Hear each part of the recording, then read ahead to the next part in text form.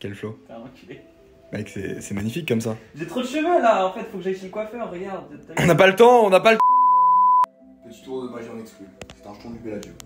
Complètement normal. Ce qu'on va faire avec ce jeton, c'est qu'on va le prendre et on va le frotter comme ça. Tu veux souffler? Oui. Ok. What the fuck, mais what? Comment t'as fait? C'est comme ça que quand je perds au poker, les jetons disparaissent. Mec, C'est quoi. absurde, putain. Bon les gars, on est parti. Il est 23h. On arrive au casino dans 1 heure à peu près. Oui. Go aux tables. Ça va être une petite session, ça va être genre 5-6 heures. Il y a le temps de chatter en 5-6 heures.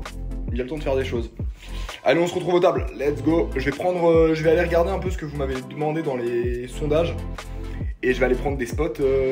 Enfin, comme ça, je vous montrerai des spots que vous avez envie de voir. Voilà.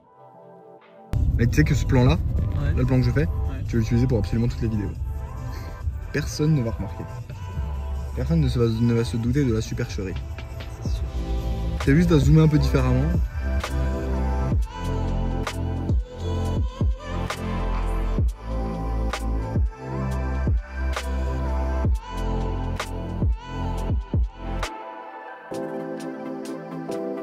Ok, on arrive sur nos tables en 1-3. Je vois dans les commentaires, il y a beaucoup de gars qui se chauffent.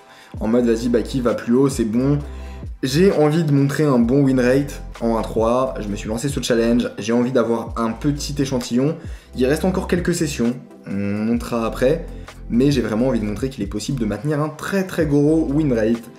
Et les sessions qui arrivent vont pas aider. Mais ça, dans tous les cas, je vous spoil pas. Vous avez dû le voir dans le titre. Dans tous les cas, ça fait partie du jeu. Et on va voir comment gérer ces périodes plutôt compliquées. Et aussi comprendre que ça fait partie du jeu et que ça arrive à absolument tout le monde. Je cave 500 $ et j'arrive à une table avec une super ambiance, plein de potes à nous du win. Malheureusement, une table qui est pas très lucrative, étant donné qu'il y a beaucoup de joueurs pros. Donc bref, directement je fais la demande pour changer de table, c'est très important. Vraiment d'aller chercher les bonnes tables avec beaucoup de joueurs récréatifs. Ça fait partie du jeu. Et en attendant d'avoir mon changement de table, j'ai eu une main très intéressante. J'ai As-Valet suité au hijack. Le joueur UTG relance à 11 $. Le joueur en milieu de position sur relance à 35 $, c'est un joueur assez agressif. De mon côté, je décide de 4 bets à 100 $. C'est un combo qui est assez naturel, surtout avec ses stack size, ils ont tous 500 $ devant eux. Je vais pouvoir très bien manipuler post-flop, mettre de la pression là où il faut et bien pouvoir les exploiter. Aussi, c'est un move qui est assez peu répandu en petite limite, et donc ça va représenter énormément de force. Et je peux facilement faire fold des mains comme As-Roi, pré-flop ou flop. Au final, le joueur UTG fold et le joueur en milieu de position décide de call. On tombe sur un flop Valet 5-4 avec mon tirage couleur. J'ai la top paire avec le meilleur kicker, j'ai un tirage couleur max, plutôt pas mal. Il décide de checker, je mise 70 $, et là il réfléchit un moment, et puis il me relance à 170 $. Dans tous les cas, si je call, il me reste 230 derrière dans un pot énorme, il fera forcément tapis à la turn. Donc ici, on y est, pas grand chose d'autre à faire que faire tapis. Même s'il a des mains comme Dame-Dame, Roi-Roi, ma main est assez forte pour faire tapis. En plus, il peut faire ça avec des tirages inférieurs. Bref, quoi qu'il arrive, on y est. Je fais all-in, il call en une demi-seconde. Turn tombe un 5, river un autre 5, c'est pas fou du tout. Et il retourne une paire de valets. Bon, pas trop de réussite là-dessus. C'était la seule main contre laquelle on n'était pas très beau, et il y avait que un combo dans le paquet, étant donné qu'il y avait un valet sur le flop et qu'on avait un valet. Dès le début de session, on perd un pot énorme à 500 $.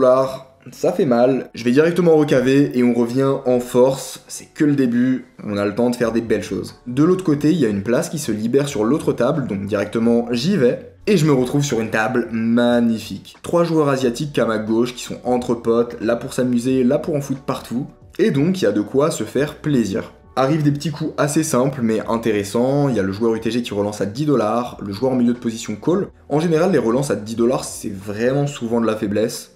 Surtout quand l'habitude de la table c'est de relancer 15 ou 20 $. Et j'ai Dame 8 suité en small blind. Je décide de sur-relancer à 55 $. Le joueur UTG fold, le joueur en milieu de position call.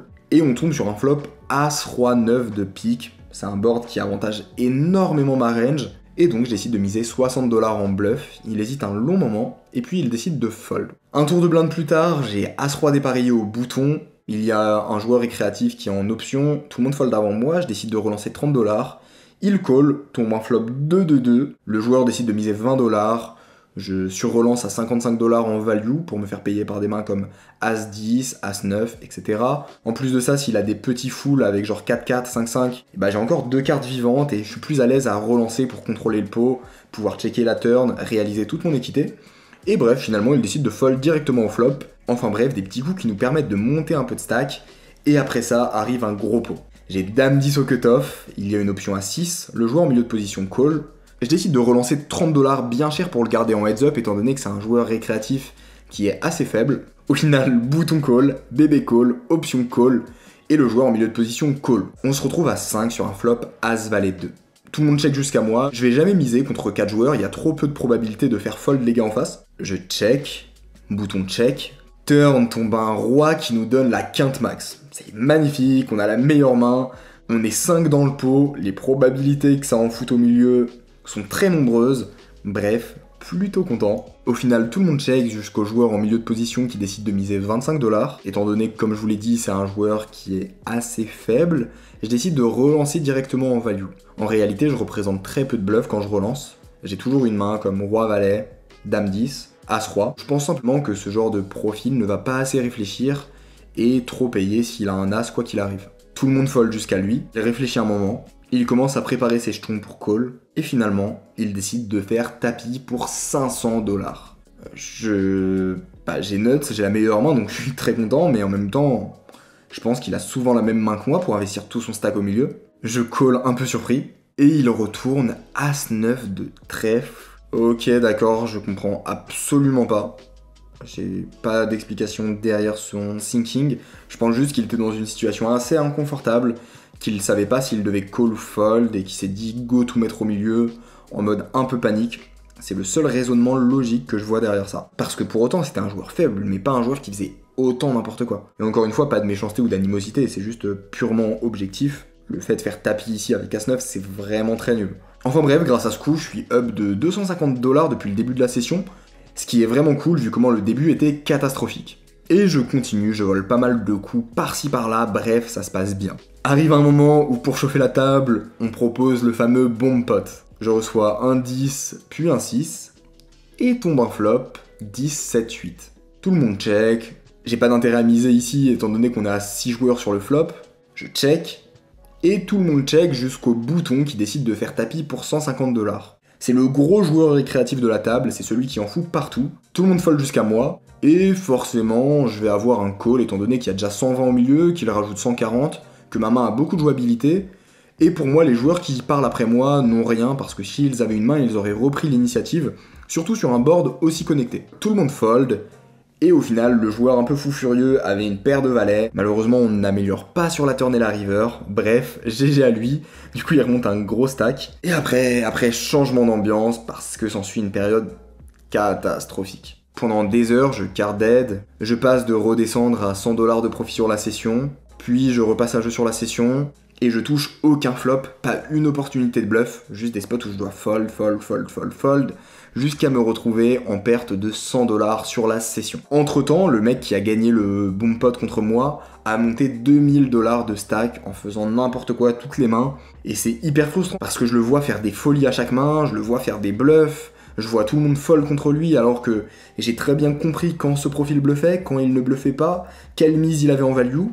Je connais ce joueur presque par cœur, et pour autant, je ne peux pas participer à ça. Bref, il faut garder confiance en son jeu, continuer à faire la même chose, et faire confiance au processus long terme. Arrive la main finale de cette session, j'ai Dame 9 suité en grosse blinde, le joueur au cutoff, qui est le joueur récréatif, relance à 20, je décide de le sur-relancer à 100 $, étant donné que je vais avoir un edge énorme sur lui, et que j'ai 900 $ devant moi. Il call, et tombe un flop, Dame 9-7 avec un tirage couleur.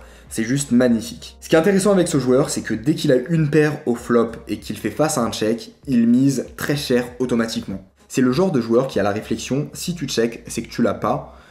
Et donc j'exploite ça en checkant pour le laisser miser des mains comme Roi-Dame, ensuite sur-relancer hyper cher, limite faire tapis directement, qu'il me call, et simplement que je lui prenne tout avec ma double paire. Finalement, il décide de checker. Turn tombe un 8 qui est une des pires cartes du paquet parce que maintenant, il y a 8-8, Valet 10 qui rentre dans sa range. Cependant, il a encore plein de mains qui n'ont pas du tout touché le flop et qu'il va miser en bluff. C'est un joueur bien agressif, donc je décide de checker pour le laisser bluffer. Je check, il mise 100 $. Je call. J'ai pas d'intérêt à raise parce qu'il n'a aucune main forte étant donné que toutes ces dames, il les aurait misées dès le flop. Donc ses seules mains fortes maintenant, c'est 8-8, 7 et 8 à la limite, et valet 10 qui me bat. Donc je call et je préfère juste garder des bluffs, call turn et call river, parce qu'il y a trop peu de mains que je value par rapport à toutes les mains qui me battent. Étant donné qu'il mise toutes ses mains faites au flop, on se retrouve dans des constructions de range assez particulières qui impliquent de jouer très différemment. River tombe le 10 de trèfle, la pire carte du paquet. Ici, je décide de checker dans le plan de caller river parce que le problème, c'est que c'est une carte qui tue l'action, ça rend plein de mains fortes chez moi en perçu et donc il va potentiellement moins bluff. En même temps, j'ai pas d'intérêt à miser en value parce qu'il ne va rien me payer de moins bien. Je check et il jette ses cartes quasi instantanément. Donc il était sûrement en bluff et il a décidé d'abandonner sur la river. Et c'est un peu frustrant de pas avoir doublé sur ce spot sur lequel on était pourtant bien parti. Au final, on repasse légèrement positif sur la session. Et étant donné que j'ai une vidéo à sortir le lendemain, je ne peux pas continuer la session, même si j'aurais aimé rester pour tout prendre à ce gars-là. Mais obligé d'arrêter la session ici. On finit la session et on se retrouve sur un bénéfice de 92 $ pour 4h30 de session. C'est un peu difficile, 90% des sessions se passent très bien, bah il y a un 10%, 15% qui se passe un peu plus mal, ça fait partie du jeu. Dans tous les cas de mon côté, je vais pas vous laisser sur votre faim, on se retrouve directement au lendemain pour une nouvelle session et pour la suite du vlog. Mais avant ça, je vous laisse avec mon débrief à chaud sur cette session. 85, 90, 92. Bon, franchement un peu relou ce genre de session, j'ai carte d'être de fou, il y avait pas trop d'action, je m'ennuyais. Pas mal de sessions un peu chiantes dernièrement. Mais bon, NP, c'est petite période difficile et après ça va repartir tout droit. Bon, en tout cas, session quand même assez sympa, des coups, enfin pas sympa, mais quand même des coups intéressants. Donc bah écoutez, on se retrouve demain, jeu off a priori, et on se retrouve après. Là, Hugo, il essaie d'apprendre à comment jeter des cartes. Mec. Et de notre côté, on attend le taxi. On arrive au casino dans 30 minutes. Et on y reste. On y arrive vers 23h. Et on reste jusqu'à 7h du matin, 8h Ouais. 8h du matin, quelque chose comme ça. On va bourriner, grosse session. Oh T'as réussi à jeter une carte? Mec. Magnifique, mec. Bravo. Vos pronos sur la session, je vous laisse ça. Et on se retrouve tout de suite.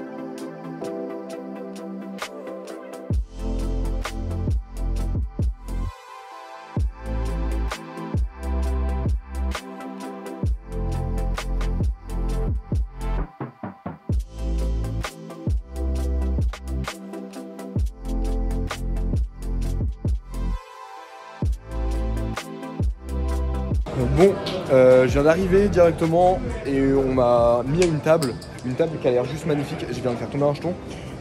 Une table qui a l'air juste folle, donc on va aller directement et je pense que ça va être très sympa. C'est parti. Ok, on est de retour aux tables pour la suite du vlog, pour une nouvelle session. J'arrive en 1-3 comme d'habitude et je dépose 500 $ sur la table. Et la table a l'air juste folle. À peine quelques minutes après être arrivé à la table, j'ai As-Roi en grosse blinde. Le joueur au hijack relance à 10 $, bouton call, la small blind call, et je décide de sur-relancer à 65 $. Le joueur au hijack me call, et tombe en flop 8-5-4. C'est un joueur complètement inconnu, un chinois assez jeune. Je décide de miser 80 $ sur ce flop. Le plan, c'est que je vais supprimer pas mal d'équité à beaucoup de mains. Je vais faire fold des petites paires que je domine. Je vais faire payer des mains comme As-Valet, As-Dame. Et donc c'est un bet ici qui est assez intéressant. Et directement, dès que j'ai mis 80 $, il me relance à 300 $.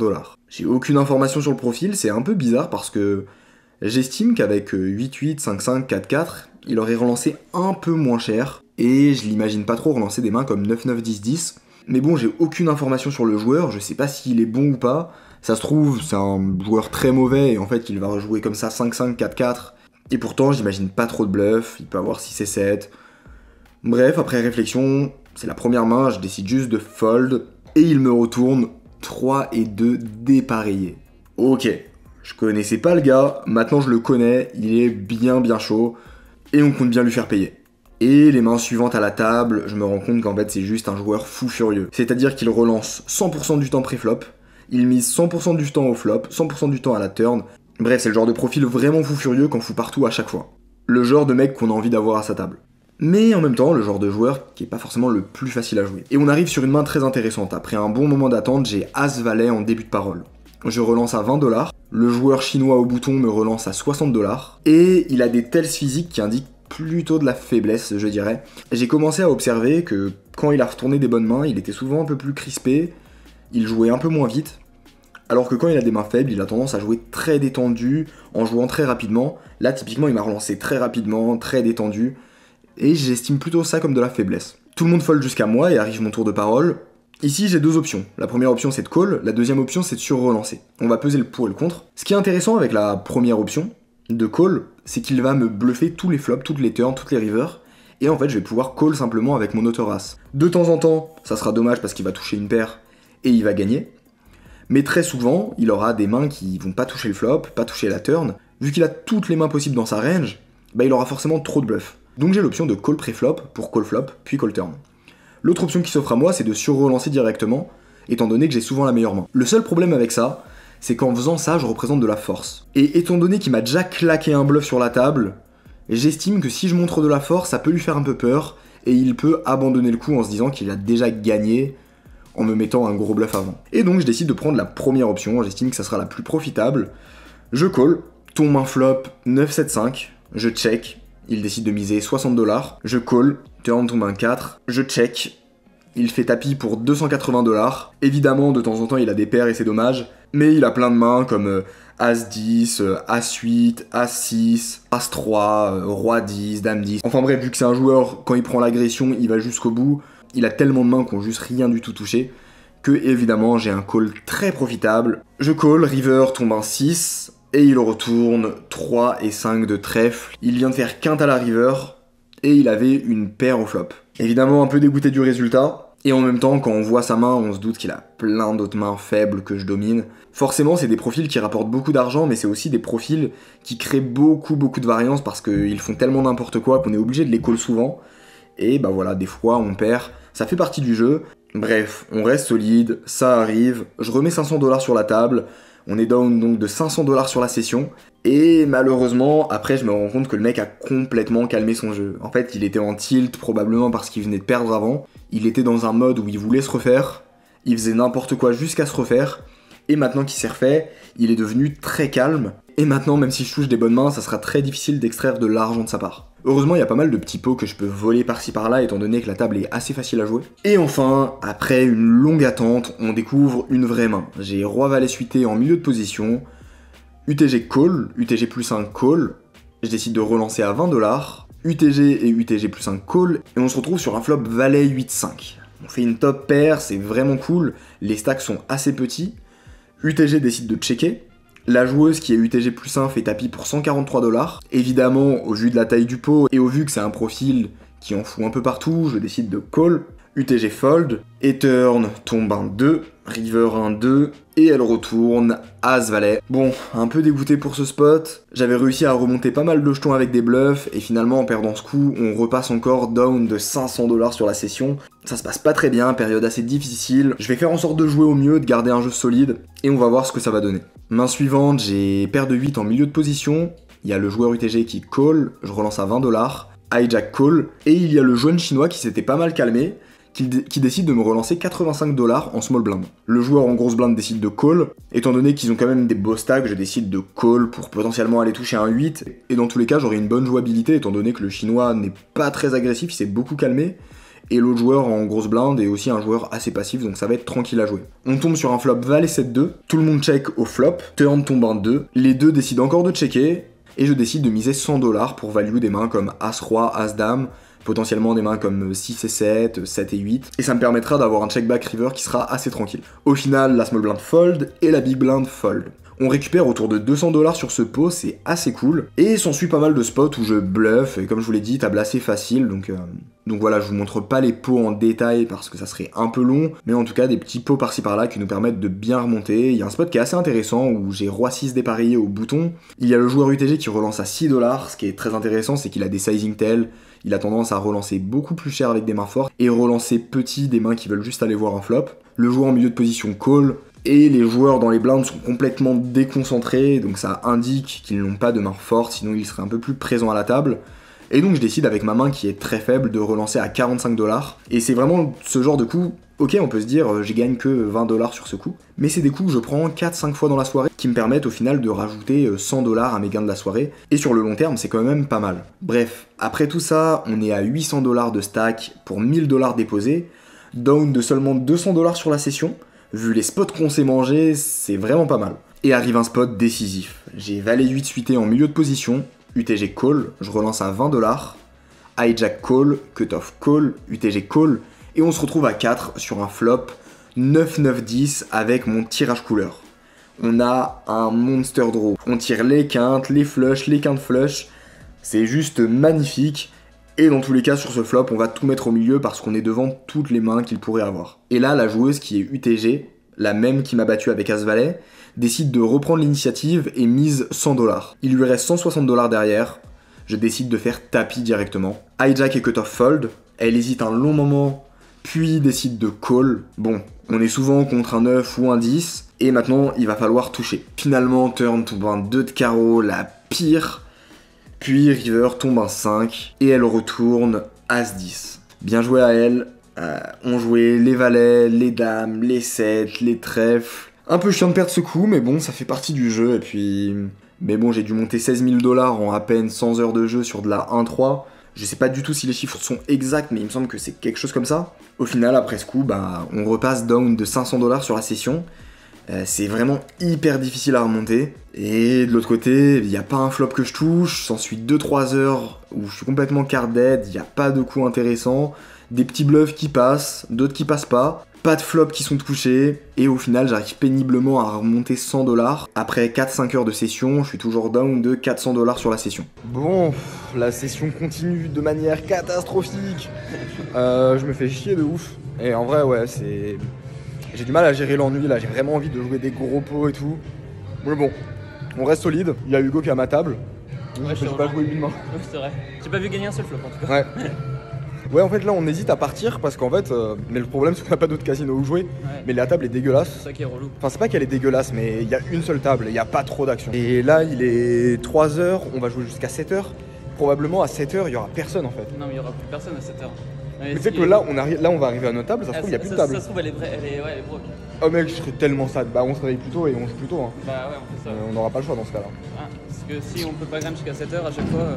Ouais, c'est horrible. C'est horrible. Bon, on vous tient au courant. Allez, c'est parti. Et arrive la main finale de la session, une main où enfin je touche un beau flop. J'ai As-Dame suité en small blind, le joueur en milieu de position call, le cutoff call, et je décide de relancer à 20$ parce que la table est très passive et vraiment si je relance plus cher, tout le monde va fold. Au final, le joueur en grosse blind me call, le cutoff me call et on arrive à 3 sur un flop Dame 5-3 avec un tirage couleur. C'est la première fois de la soirée, je crois qu'on touche un vrai flop, vraiment bien content. Je décide de miser 45$ en value, ils ont pas des gros stacks donc ça suffira pour tout mettre à la turn. Le joueur en grosse blinde me call instantanément, le cutoff fold, turn tombe un 10 qui rentre une flush, et c'est un joueur que j'ai pas mal observé, j'ai des tells physiques sur lui, notamment un qui est que quand une carte l'arrange ou un flop l'arrange, il va regarder vraiment 1/5 de seconde son stack, il va jeter un petit coup d'œil, un peu comme un réflexe pour se dire ok, il y a combien devant moi et combien je vais doubler quoi. Et j'ai vu ce pattern plusieurs fois chez ce joueur, ce qui est un facteur qui m'inquiète un peu, en plus son snap call au flop, ça corrèle pas mal avec des tirages couleurs qu'il pourrait avoir où il a un call très facile. Et en plus de ça, c'est un joueur qui est assez serré, et donc je pense que je pourrais pas avoir de la value turn river dans tous les cas, donc je décide de checker, et je prendrai ma value river. Je check, encore une fois il check très vite, river tombe un valet, c'est pas une bonne carte, parce que maintenant, toutes les mains comme dame 10, dame valet que je dominais sont rentrées. J'ai quand même de la value sur des mains comme dame 8, dame 7, dame 6, mais je ne peux pas miser trop cher. J'ai aussi de la value sur des mains comme 6-6, 7-7, 8-8, 9-9. Et si je veux value ces mains-là, je ne peux pas miser trop cher, donc je décide de miser 45$. Et là, il décide de me relancer à 100$. Un peu frustrant parce que j'imagine aucun bluff. En même temps, il nous reste 55$ à mettre dans un pot qui est énorme, mais j'imagine juste aucun bluff qui jouerait comme ça. C'est pas le genre de profil qui va bluffer. Il y a son tells physique à la turn qui corrèle avec une main forte, une flush qu'il aurait pu slow play, une double paire qu'il aurait pu toucher comme dame valet. Bref, ça fait 4-5 heures que je fais que fold. Et la première fois de la session que je touche une main, bah, pas d'autre action à faire que fold dans ce spot.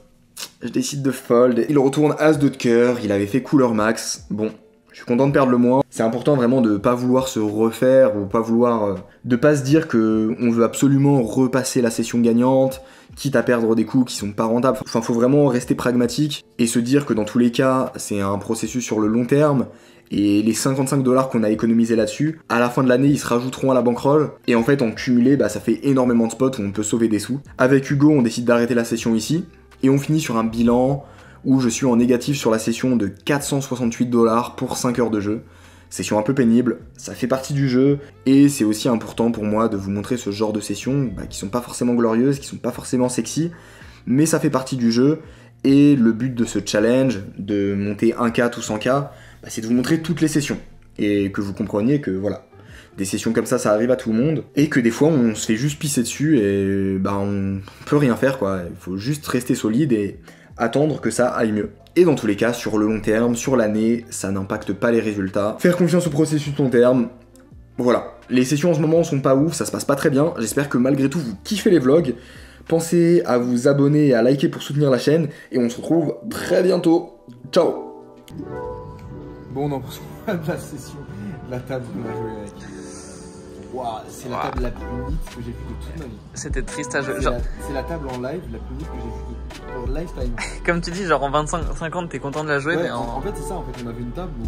Enfin, la table elle joue encore. Tu open, tu as 99% de chance que tout le monde fold. Vraiment, les mecs jouent rien. À un moment, il y a le mec à ma gauche, ouais. Il avait As-10 off. T'as open au bouton. Ouais. Il a fold As-10 off. Arrête. C'est un fou. Mec, alors que j'open genre. Enfin. Alors que t'open toutes les mains. T'open range. Et en fait, on pourrait dire, ouais, trop bien, les mecs ils fold tout. Ils gagnent des sous. 4 $ par 4 $. Ils gagnent 4 $ par 4 $. Les mecs ils sont endormis à la table, ils mettent trop de temps à jouer. Ouais. Et en fait, c'est pas rentable. Si c'était en 25-50 en haute limite, ça serait vraiment rentable parce qu'on pourrait grind la table facilement. Là, on va gagner 4 $ par 4 $. Et on va, en 2 heures, on va monter 80 $. Enfin, c'est de la merde. C'est clair. De la merde. Du coup, bilan de la session, j'ai cash in 1000. J'ai cash in 1000, donc à 500, 530, 532. 532, donc moins 400. 400 et 8, 64. 468. 468. Ok, donc moins 468. Franchement, les gars, je me suis battu du mieux que j'ai pu. La session est très difficile. Les flips sont pas passés. À côté de ça, carte bête de fou. J'ai fait comme j'ai pu avec les petits bluffs et tout. Tu sais quand il fold paire de 7 le mec. Mec, t'as vraiment perdu 6? Il a vraiment perdu 6. Arrête. Je sais pas comment, mais il a fait. Mais non. Mais non. Et je crois que c'est le croupier qui a dit. Pocket 6? Ouais, mais mec, c'est comme. comme. Le croupier il rigolait, il a dit par hasard. Genre, mais je pense que c'est par hasard de fou. Par hasard, le croupier il peut pas dire. Non, mais le mec, le nit, genre il fold alors qu'il a quoi, 110 balles? Non, mais les gars, non, mais... spot, il est fou. Call. Moi j'ai paire de 6, je relance à 70 en bluff. Fold. Le mec il a 50 à rajouter dans un pot qui fait genre 200. Ouais. Il fold. C'est fou. Paire de 7. C'est fou. Paire de 6. Ah bref. Ouais, sacré table. Sacré table. Bon bah voilà, j'espère que la vidéo vous a plu. Là il est 4 heures seulement, je voulais jouer jusqu'à 8 heures mais la table est dégueu. Donc on va rentrer à la maison, on va revenir plus tôt demain. Et on va les défoncer. De ouf. On va tout casser. Session down, merci à ceux qui ont cru en moi dans les sondages. Vous inquiétez pas, je vous oublie pas, demain on va tout défoncer. Et voilà, on se retrouve demain. Je suis triste, j'ai perdu mon prono du coup moi. T'avais le prono combien? Bah j'avais pris plus 2000, moi j'avais mis. 2000 plus? Ouais. Ouais, bah vas-y, demain je fais plus 4000 plus. Allez, on fait ça. Allez, c'est bon, c'est le plan. Faut vraiment, c'est important de suivre ses plans dans la vie. Ça dépend complètement de moi. Bon, vas-y les gars, bisous. Et on se retrouve demain pour la suite des aventures. C'est pas le meilleur moment pour aller à la piscine là. C'est complètement. Petit lever de soleil. Petite piscine en amoureux.